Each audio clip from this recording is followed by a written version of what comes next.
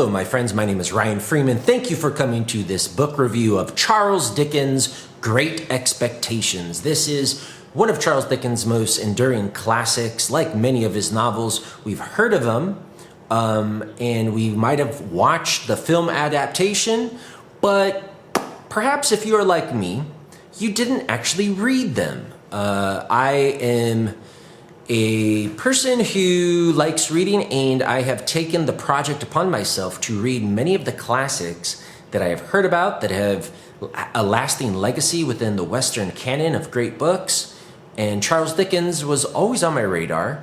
I first read, Oliver Twist. I made a book review, which you can watch if you click up above. And that was my first Charles Dickens novel that I read, and I loved Oliver Twist. I liked it very much. I was charmed by Dickens' sense of humor, his descriptions of the characters, I really enjoyed that.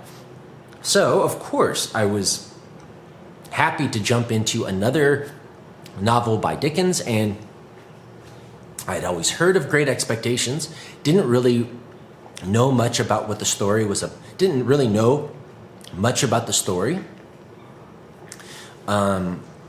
Probably watched some type of screen adaptation in my childhood, but just don't have any memory of it. So I started reading it, and likewise, from the beginning, charmed by just, the authors. All authors pour their soul, they pour their life experiences into their words, and every author, you just feel their personality and soul when you're reading, which is one of the reasons I love reading different authors, because in a way, not only are you getting acquainted with the characters in their story, which are like, if they do a good job, are like real people, but also the character and personality and the soul of the author themselves. Which is why I think personally, just like in personal relationships, although I want to be nice to everyone, there are just some people that, I like more than others. Our personalities just mesh really well. And in reading, there are some authors that I just end up falling in love with because there is some sort of kindred spirit between the two of us, some sort of sympathy. And with Dickens, I really, really like him. He must have one of those styles that so many people do fall in love with him. Great Expectations, though, I will say this. I'm not going to give too many spoilers away, but it is a story about another, just like Oliver Twist, an unfortunate young boy who goes through all of these twists and turns and roller coasters of his life, meeting friends, running across enemies. So in Great Expectations, it is the story of an unfortunate young boy as he grows up.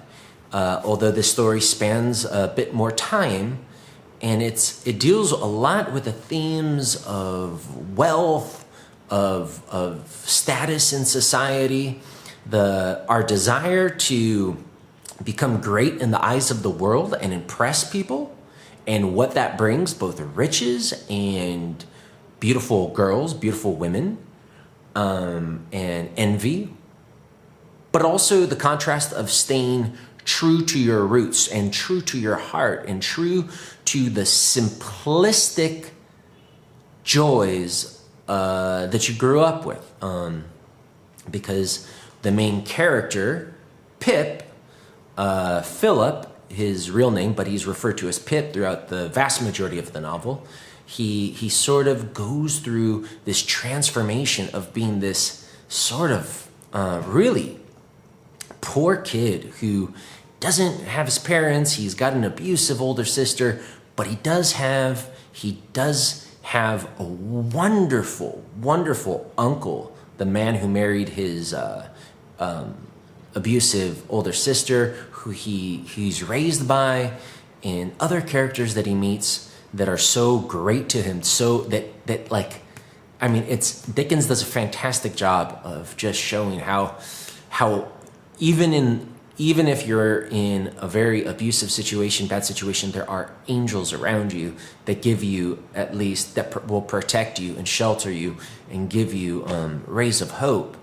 And then all of a sudden, this crazy sequence of events, there's a lot of mystery about this sequence of events, and Pip ends up leaving this situation, going through some trials and tribulations, meeting some very interesting characters, like a very rich older lady who's got a lot of crazy ideas about love and revenge, and then going and getting money, but who gave him the money, and sneaky lawyers who are pulling strings. And then it all gets tied up between this contrast between rising up in the world, fulfilling these wishes of improving our situation, and marrying the most prized jewel, this woman that you're in love with, as well as not forgetting the people who helped you in the early days. Lots of things about just being prodigal, about wasting money, about a lot of practical, a lot of great, sort of Christian values and good, perhaps just natural wisdom that Dickens, I think, does a fantastic job of really making very emotional. I became very emotional during many of the scenes, and delighted and smiled.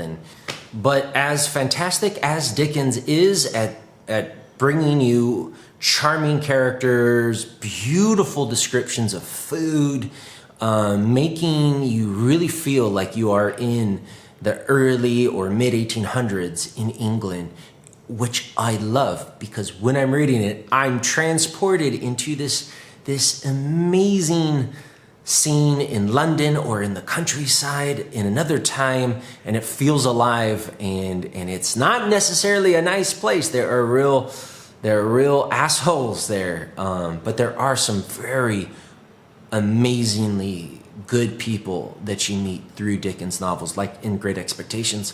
But I will say this, I did not enjoy the Great Expectations as much as I did Oliver Twist.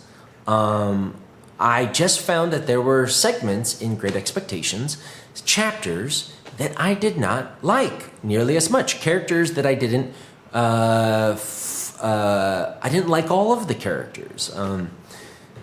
So I recommend reading it. It was if you like Dickens, it was a great novel, and I think perhaps even critics and literary scholars might even say it's a greater novel than Oliver Twist.